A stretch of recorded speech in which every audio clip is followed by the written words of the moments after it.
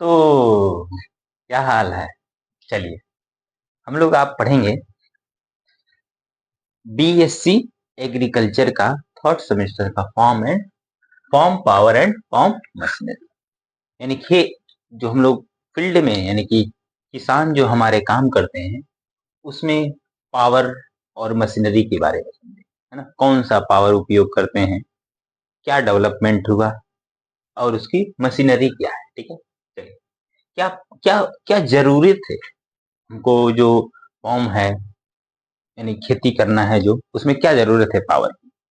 अगर पावर नहीं रहेगा तो क्या कोई खेती हो पाएगा, कोई फील्ड में वर्क हो पाएगा? नहीं हो पाएगा। इसलिए farm power is essential input in agriculture, यानी कि बहुत ज्यादा जरूरी है कि जो एग्रीकल्चर में जो कार्य होना है उसके लिए पावर आवश्यकता है। ठीक है, फॉर किसके लिए?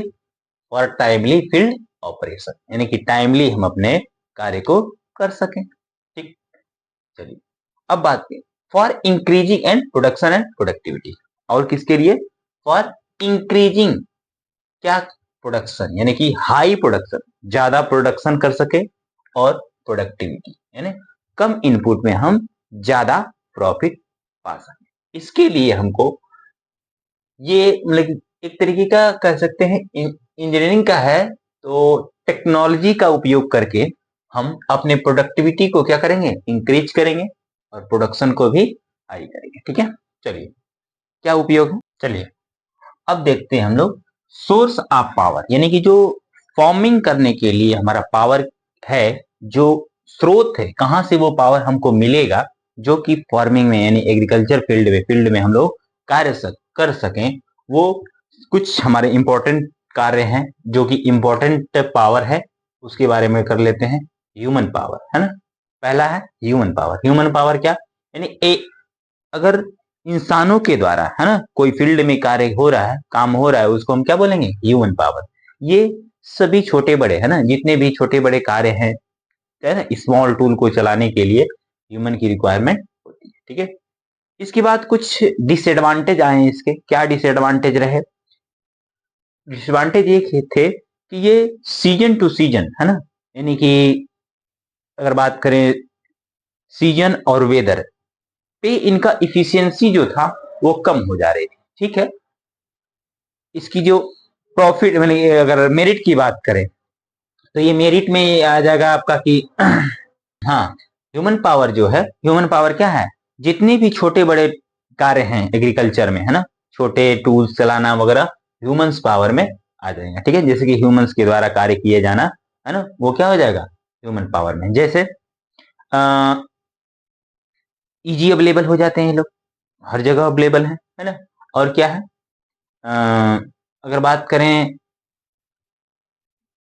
इनके डिमेरिट की, तो डिमेरिट में आ जाएगा इसका कि ये सीजन और वेदर इनकी इफिशियंसी को क्या करता है? इफेक्ट पहुंचाता है, जो कि मतलब कि जैसे अगर मान लीजिए ज्यादा बारिश होने लगा तो भी दिक्कत है, ज्यादा धूप हो गई तो भी दिक्कत है, ये काम नहीं कर पाएंगे, और उनकी जो इफिशियंसी होगी वो क्या लो है। और एक बात करें, एक जो ह्यूमन जो कार्य करने की जो दर है बहुत स्लो कार्य करता है, बहुत धीरे कार्य करता है, तो इसकी ड्रॉबैक में आ जाएगा ये बहुत धीरे यानी कि स्लो कार्य करते हैं। ठीक है, यानी कि वेरी स्लो इफिशियंसी। ठीक है, इनकी इफिशियंसी क्या है? कम है।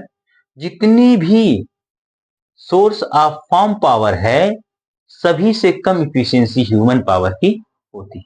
लगभग लगभग एक ह्यूमन पावर जो होता है, ह्यूमन पावर समथिंग 75 वाट के करीब, 75 वाट के करीब लगभग, अगर हम एचपी में इसको बताएं तो 0.1 एचपी वन ह्यूमन, यानी एक ह्यूमन जो है एक वो 0.1 एचपी के बराबर कार्य कर सकता है। ठीक, और इसके इसकी जो कॉस्ट आएगी, जैसे कि लेबर के द्वारा इसको जो कार्य करवाना है, तो इसकी जो कॉस्ट आएगी वो क्या आएगी? ज्यादा आएगी। कॉस्टिंग क्या आएगा? ज्यादा। क्यों? अगर मान लीजिए किसी ह्यूमन के द्वारा कोई कार्य, जैसे कि कोई भी एग्जाम्पल के तौर पे ले लेते हैं, जैसे मान लीजिए कि थ्रेसिंग करवानी है ना, थ्रेसिंग करवानी है किसी भी मतलब कि कोई 1 बीघे का जो फसल है उसको थ्रेसिंग करवानी है ह्यूमंस के द्वारा, तो हमारा कॉस्टिंग क्या ज्यादा पड़ेगी, ठीक है। और इसको अगर एनिमल्स के द्वारा, मैकेनिकल के द्वारा, इलेक्ट्रिकल के द्वारा, है ना, रिन्यूएबल सोर्स ऑफ एनर्जी के द्वारा अगर करवाएं तो इन सब के अपेक्षा इसकी जो कॉस्टिंग है वो ज्यादा है। तो ये इसके ड्रॉबैक है। अब ये सब प्रॉब्लम्स को देखते हुए हमने एनिमल्स को अडॉप्ट कर दिया, ताकि जो भी ड्रॉबैक आ रहे हैं, तो कुछ ड्रॉबैक एनिमल्स के द्वारा कार्य किए जाना, है ना, कुछ ड्रॉबैक थे जिसको हमने सही किया, और क्या सही किया और निकाला क्या, जैसे कुछ इनकी जो इफिशियंसी थी ह्यूमन पावर की अपेक्षा हो गई, क्या हो गई, थोड़ी सी ज्यादा हो गई, लेकिन अभी भी हमें सेटिस्फेक्शन नहीं मिला, ठीक है, अभी भी सेटिस्फेक्शन नहीं मिला। और ये जो पावर हमारी थी 1 ह्यूमंस, है ना, इसमें भी थोड़ा इंक्रीमेंट हुआ हमारा, एक जोड़ी यानी कि दो, एक जोड़ी जो है, एक pair, one pair of in bull की बात करें, जो हमारे बुल होते हैं, वो 1 pair of bull something something 1 HP के बराबर कार्य कर सकता है अमंग फील्ड वर्क, ठीक है, यानी फॉर्म वर्क में कितना 1 HP के बराबर कार्य कर सकता है। और एनिमल अपने बॉडी वेट के 1/10, है ना, अपने बॉडी वेट के 1/10 ऑफ बॉडी वेट वर्क कर सकता है। जैसे अगर एग्जांपल के तौर पे मान लीजिए 1000 kg का अगर कोई बुल है, तो वो कितना कार्य कर सकता है, कितना वेट लिफ्ट करा सकता है, 1/10 यानी 10, ठीक, 100 kg के करीब ये अपना क्या कर सकेगा, लिफ्ट करा सकेगा, यानी कार्य कर सकता है, ठीक है, इतना कार्य कर, ठीक। अब इसके ड्रॉबैक की बात करें, ये भी सीजन हो गया, वेदर हो गया, इसमें भी ये अच्छे से कार्य नहीं कर पाते थे। क्यों अच्छे से कार्य नहीं कर पाएंगे, क्योंकि भाई जानवर है तो ऐसे थोड़े, जीव है तो ऐसे थोड़े हर वेदर में, हर सीजन में इसको हार्ड वर्क, स्ट्रेच हो गया तभी भी हम इसको, स्ट्रेच में है तभी भी इसको क्या करना पड़ेगा, कार्य करवाएं, तो पॉसिबल नहीं हो पाएगा। और इनकी जो इफिशियंसी रही वो भी अदर ये जो मैकेनिकल और electrical renewable energy source of energy से क्या थी, कम थी, ठीक है, कम थी। और ये जहां पे रहेंगे, उनकी जो आसपास के जो, जिस इलाके में रहेंगे, वहां का जो एटमॉस्फेयर है उसको क्या करेंगे, ये डर्टी बनाएंगे, गंदा है, ऐसे कुछ, है ना, साफ सुथरा, है ना, नहीं रखेंगे उस चीज को, ठीक। तो एनिमल्स में ये चीज दिक्कतें आई, ठीक। और इनको जब हम नहीं कार्य में ले रहे होंगे तभी भी इनको हम क्या, चारा डालेंगे, खिलाएंगे, मेंटेनेंस करेंगे, तभी ना आने वाले, जैसे कि मान लीजिए हमने कोई फसल लगा दी, अब फसल को जब तक वो कट नहीं जाती तब तक हम फिर अगले, तो उससे कार्य नहीं करेंगे, उसकी जुताई नहीं करेंगे, उससे कोई थ्रेसिंग वगैरह नहीं करेंगे, ठीक है, अदर में कर सकते हैं, लेकिन फिर भी जब हम इससे कार्य नहीं कर रहे होंगे तो क्या, अब तो ये बैठ गया, फिर भी क्या इसको मेंटेनेंस यानी कि चारा नहीं डालें क्या, डालना ही पड़ेगा, क्योंकि जब चारा नहीं डालेंगे जीवित नहीं रहेगा।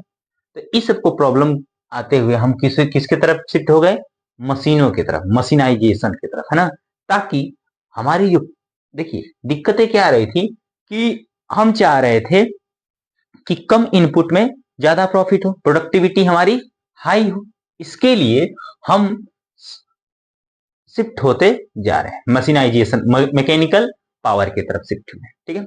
अब जैसे ही आवश्यकता पड़ती है तो आविष्कार होगा, जैसे अगर कोई भी आविष्कार हुआ है, जब तक आवश्यकता नहीं होगी तब तक आविष्कार नहीं हो सकता, ठीक, कोई भी आविष्कार, जैसे अगर हेलीकॉप्टर की बात करें, हेलीकॉप्टर भी बना होगा तो पहले आवश्यकता रही होगी तभी आविष्कार हुआ, ऐसा नहीं कि आवश्यकता नहीं है आविष्कार है। मोबाइल फोन की बात करें, मोबाइल भी तभी आविष्कार हुई जब उसकी आवश्यकता थी। तो उसी तरीके से हमारे फॉर्म पावर में भी क्या था, ज्यादा पावर की रिक्वायरमेंट थी, इसलिए हम लोग नए तरीके के, है ना, शिफ्ट होते जा रहे हैं अपना टेक्नोलॉजी को आगे एडाप्ट करते हुए, मतलब कि बेटर टेक्नोलॉजी को एडाप्ट करते हुए जा रहे हैं, इसलिए हम लोग मशीनाइजेशन की तरफ शिफ्ट हो गया। ठीक है, चलिए मैकेनिकल पावर। मैकेनिकल पावर क्या होता है? मैकेनिकल पावर होता है, पहले बात लेते हैं मैकेनिकल पावर। मैकेनिकल पावर दो पावर होगा इसमें, पोटेंशियल एनर्जी और पोटेंशियल एनर्जी और पोटेंशियल एनर्जी और काइनेटिक एनर्जी।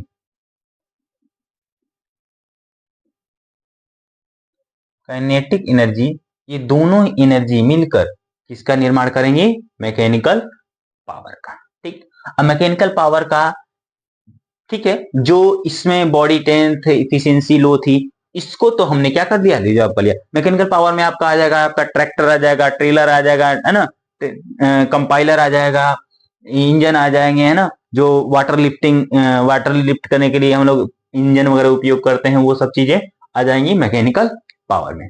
अब बात करते हैं इसके एडवांटेज की। क्या एडवांटेज रहा? इफिशियंसी हाई हो गई, कम लागत में, यानी कि जल्दी से जल्दी उस कार्य को कर पा रहे थे, है ना, एक समान रूप से कार्य कर पा रहे थे।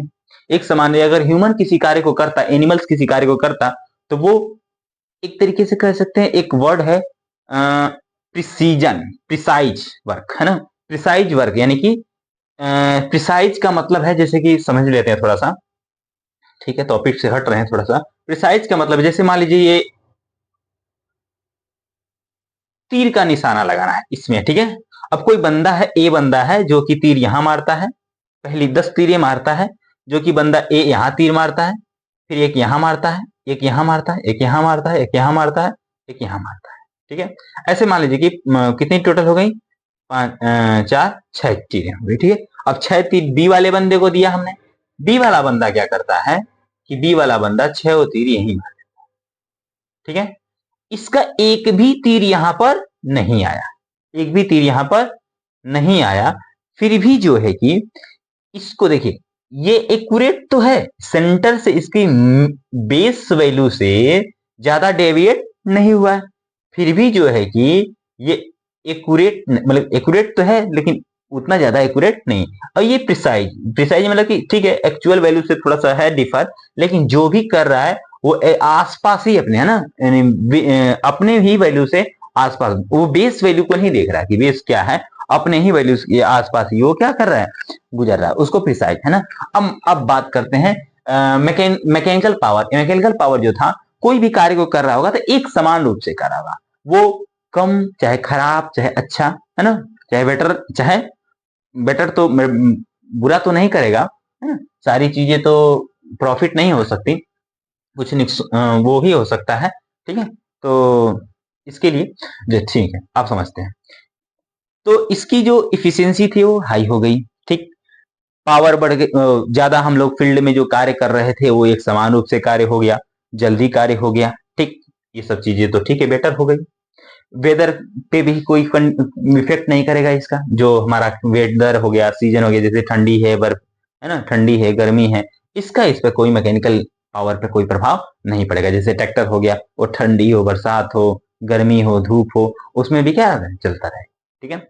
इसका वेदर, अभी मान लीजिए कि अच्छा, जिसको अभी हम कार्य नहीं ले रहे हैं, इसको वर्क नहीं करवा रहे, तो कोई फ्यूल वगैरह की बर्न करने की आवश्यकता नहीं है। जिस जगह पे हम इसको रखेंगे वो क्या होगा, जगह साफ सुथरी होगी, क्यों, कम स्पेस, ज्यादा मेंटेनेंस नहीं होगा।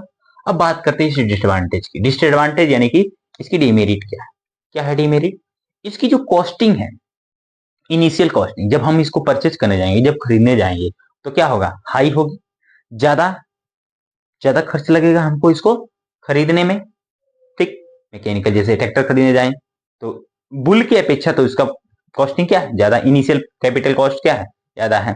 अच्छा, दूसरा, उसको चलाने के लिए भी हमको फ्यूल चाहिए, फ्यूल चाहिए, तो फ्यूल तो ऐसे तो है नहीं कि फ्री का है फ्यूल, उसको भी चाहिए पैसे, उसको भी चाहिए फ्यूल डालने के लिए, फ्यूल इतना सस्ता तो है नहीं, तो फ्यूल इस कॉस्ट में, ठीक है। यानी जो रनिंग कॉस्ट होगा ये भी इसकी होगी, और initial cost, initial capital cost भी, इनिशियल कैपिटल कॉस्ट मतलब जो परचेजिंग कॉस्ट होगा, जो हम लोग इंजन या ट्रैक्टर कोई खरीदे हैं, वो होती है इनिशियल कैपिटल कॉस्ट। और जो कॉस्टिंग उसको रन करवाने में है ना, वर्क करवाने में जो आ रही है उसको हम रनिंग कॉस्ट, जैसे रनिंग कॉस्ट में आ जाएगा फ्यूल का कॉस्ट हो जाएगा, है ना, जो टायर है उसका वो घिसेगा उसकी कॉस्टिंग आती रहेगी, रनिंग कॉस्ट, पेट्रोल हो गया, है ना, मोबिल हो गया, ठीक है, मेंटेनेंस हो गया, ये सब रनिंग कॉस्ट में आ जाता है, ठीक है। चलिए, तो ये सब चीजें इसमें हो गया, ठीक है। अब बात करते हैं इसको, अगर ये खराब हो गया तो ऐसे तो है नहीं कि हर कोई इसको बना लेगा, तो इसको रिपेयर करने के लिए गुड नॉलेज होने चाहिए फॉर टेक्निकल में, ठीक है, गुड नॉलेज, ताकि इस चीज को क्या कर सके, वो ट्रैक्टर वगैरह को रिपेयर कर सके, ठीक। अब इस चीज को भी थोड़ा सा वो ड्रॉबैक था, तो इस चीज को हटाने के लिए हमने इलेक्ट्रिकल पावर को फिर से अडॉप्ट किया। अब इलेक्ट्रिकल पावर की तरफ शिफ्ट हुए, ताकि जो इतना कैपिटल कॉस्ट आ रहा था वो कम हो जाए, इतना हमको इन्वेस्ट ना करना पड़े, 4-5 लाख, 6 लाख, 7 लाख, 8 लाख, है ना, ऐसे ट्रैक्टर वगैरह आते हैं, तो इतना कॉस्टिंग ना लगे। इसके लिए हम किधर शिफ्ट हुए, इलेक्ट्रिकल पावर की तरफ। अब इलेक्ट्रिकल पावर का कुछ फायदा है, कुछ नुकसान भी होगा। चलिए, फायदा और नुकसान। इलेक्ट्रिकल पावर क्या होती है, जैसे कि इलेक्ट्रिकल पावर हम फार्मिंग के लिए जनरली अगर देखा जाए तो मोटर, है ना, क्या यूज करते हैं, मोटर। फार्मिंग के लिए हम लोग इलेक्ट्रिकल पावर में मोटर यूज करते हैं, मोटर, ठीक है। अब मोटर, मोटर क्या काम करेगा, मोटर तो हर एक काम कर, थ्रेसिंग कर सकता है ना, वाटर लिफ्ट यानी कि जो हमारा सिंचाई वगैरह करवाना है ना, उसमें विनोइंग वगैरह करवाने में, थ्रेसिंग करवाने में। लेकिन इलेक्ट्रिकल पावर को आप कहां कहां लेके घूमोगे, खेत तो लेके घूमोगे नहीं, फील्ड तो फील्ड लेके घूमोगे नहीं, तो इसके लिए ये चीज स्टेशनरी पावर में आ गया। स्टेशनरी पावर में है, ठीक है, स्टेशनरी पावर नहीं, आप चाहो तो ऐसे लेके घूम सकते हो, लेकिन कहां कहां घूमोगे इसके लेके, है ना।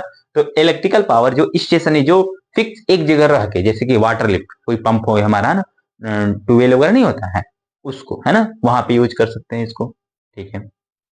और बात करिए, जैसे हमारा थ्रेसिंग वगैरह करना है, वहां पे कर सकते हैं, कटिंग होके आ गया, घर पे थ्रेसिंग करवाना है, बिनोइंग करवाना है, वहां पे इलेक्ट्रिकल पावर का उपयोग कर सकते हैं, ठीक है। अब इसकी एडवांटेज क्या रहा, ठीक है, इनिशियल कैपिटल कॉस्ट कम, क्योंकि एक मोटर का समथिंग मान लीजिए कि 10,000 5,000 यही होगा, इनिशियल कैपिटल कॉस्ट क्या रहा, कम रहा। मेंटेनेंस भी बहुत ज्यादा नहीं रहा, है ना, कम जगह में रखा जाता है ये, बहुत इसको स्पेस नहीं चाहिए रखने उखने के लिए, ठीक। अब इसके एडवांटेज तो हो गए, अब डिसएडवांटेज की बात करें तो नुकसान भी तो कुछ है। नुकसान क्या है कि इनकी जो एक एक जगह से दूसरी जगह इसको लेकर जाने में, यानी वायर वगैरह को इधर उधर लेकर जाने में क्या होगा, पॉसिबल नहीं हो पाएगा, ये चीजें थी, ठीक है। और दूसरा इसका अगर डिसएडवांटेज देखें तो इसको अगर मान लीजिए कि अनकेयरफुल, है ना, यानी कि मान लीजिए कि अगर सावधानी से इस पर काम नहीं करेंगे, हम इसको अगर नहीं काम करेंगे, तो अगर शॉर्ट लग गया तो बहुत ज्यादा हानिकारक है ना। मान लीजिए किसी को करंट वरंट लग गया, तो इसके लिए क्या, इलेक्ट्रिकल पावर वो, ठीक है, दिक्कत हो गया। अब ये चीजें थी, और भी डिसएडवांटेज आप देख सकते हैं, ठीक। अब बात करते हैं रिन्यूएबल पावर। रिन्यूएबल पावर क्या था, अब इधर से यहां से होते हुए हमने पावर को शिफ्ट होते हुए आए, ताकि बेटर बना सके, ठीक है। अब कुछ एडवांटेज थे, कुछ डिसएडवांटेज थे, उस डिसएडवांटेज को, उस कमियों को दूर करते करते करते करते हम लोग यहाँ पर आए, ठीक है। क्या क्या चीजें थी, रिन्यूएबल, रिन्यूएबल पावर क्या होता है, रिन्यूएबल पावर यानी रिन्यूएबल, जिसको रिन्यू कर सके। अब रिन्यू करने का मतलब ये मत समझिए कि हर दिन हम रिन्यू कर सकते हैं, नया बना सकते हैं, नहीं, रिन्यूएबल एनर्जी को, रिन्यूएबल पावर को आप रिन्यू कर ही नहीं सकते। जैसे सोलर एनर्जी, क्या रिन्यू कर पाओगे, अरे वो अपने आप पे हो रही है डेली का डेली। ऐसी एनर्जी जो कभी फिनिश नहीं होगी, वो है, स्टोर है, लेकिन इसको रिन्यू होने में बहुत लंबा समय लगता है, ठीक है, बहुत लंबा समय लगता है। रिन्यू ये नहीं आज हमने खर्च किया और कल को मिल जाएगा, ठीक है। जैसे बायोगैस, बायोगैस जो हमारा पेड़ पौधे से जो, है ना, जो दब जाते हैं, उससे जो बायोगैस मिल रही है, उसको हम लोग डेली का डेली तो रिन्यू कर नहीं पाएंगे, ठीक है, मान लीजिए, ठीक। अब बात करते हैं विंड एनर्जी। विंड एनर्जी भी रिन्यूएबल एनर्जी में आ जाएगी, आपका सोलर एनर्जी आ जाएगी, आपकी टाइडल एनर्जी आ जाएगी, ठीक है, ठीक है, थोड़ा लिख देते हैं। रिन्यूएबल एनर्जी में आपका आ जाएगा सोलर एनर्जी,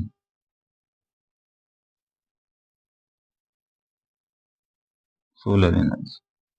दूसरा आ जाएगा विंड एनर्जी, विंड एनर्जी। अगला आ जाएगा tidal energy,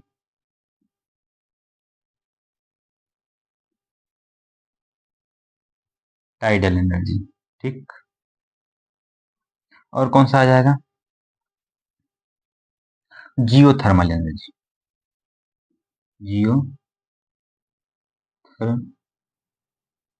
energy, geothermal energy. ठीक, और भी है सब।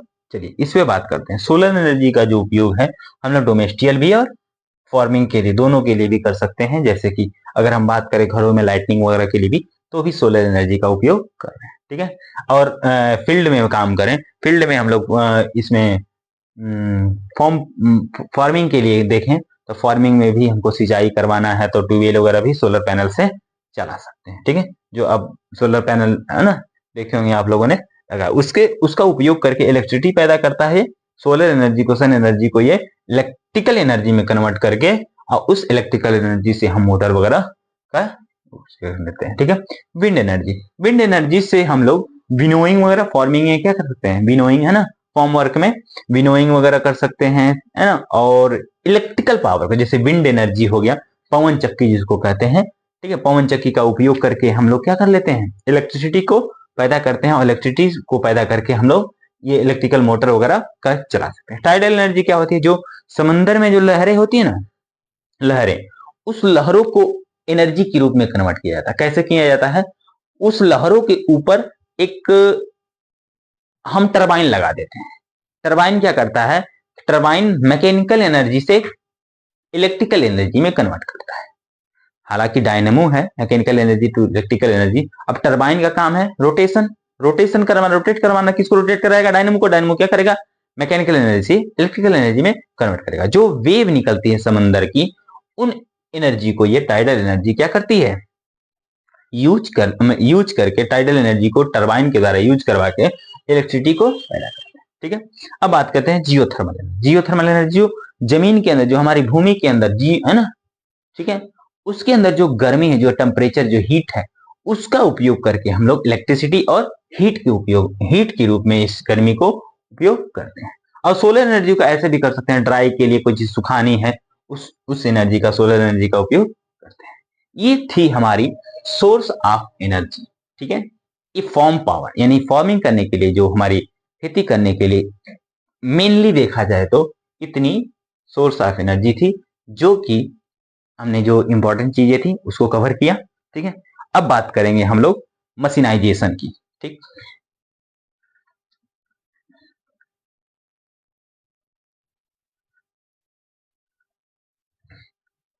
चलिए अब हम बात करते हैं मशीनाइजेशन की। मशीनाइजेशन क्या जरूरत पड़ गई, मशीनाइजेशन यानी मशीनों की तरफ हम जो शिफ्ट हुए।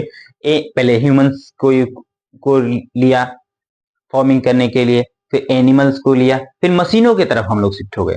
मशीनों की तरफ शिफ्ट होने का क्या फायदा हुआ, क्या जरूरत पड़ गई मशीनाइजेशन करवाने की, है ना। तो टाइम लेस फॉर ऑपरेशन, यानी कि कम समय में हम अपना ऑपरेशन कर सके। जो भी फील्ड में कार्य करना है, कम समय में ही हम अपना, मान लीजिए 1 बीघे की जुताई करवानी है, तो अगर हम ह्यूमन के द्वारा करवाते, एनिमल्स के द्वारा करवाते, तो वो लंबा समय लग जाता, और ट्रैक्टर वगैरह से करवाते हैं तो 1 आध घंटे में काम हो जाता है। ठीक है, अब प्रिसाइज ऑफ वर्क है ना, प्रिसीजन ऑफ वर्क, यानी कि प्रिसीजन यानी कि एक समान रूप से हम अपने कार्य को कर सके, इसके लिए हम लोग मशीनाइजेशन का उपयोग, improve of work, improve environment है ना, अपने हमारी जो वर्क का इन्वायरमेंट है, जो हमारा वायुमंडल है कार्य करने का, वो हम इंप्रूव कर सकें। यानी कि इंप्रूव का मतलब है कम समय में ही हम अपना ज्यादा कार्य कर सकें, टाइमली वर्क कर सकें, इसके लिए हमें मशीनाइजेशन की तरफ।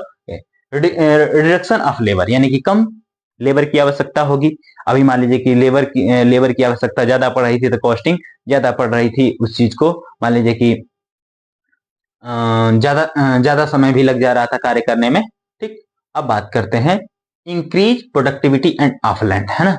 हमारी जो लैंड की प्रोडक्टिविटी है, यानी कि कम लागत में ज्यादा प्रॉफिट, वो चीज इंक्रीज करने के लिए हम मशीनाइजेशन की तरफ शिफ्ट हुए। ठीक है, ये सारी चीजें हैं। अब हम लोग बात करेंगे, मशीनों की तरफ तो शिफ्ट हो गए, अब मशीन के बारे में डिटेल में पढ़ना पड़ेगा। मशीन के बारे में पढ़ने के लिए हम लोग पढ़ेंगे हीट इंजन के बारे में।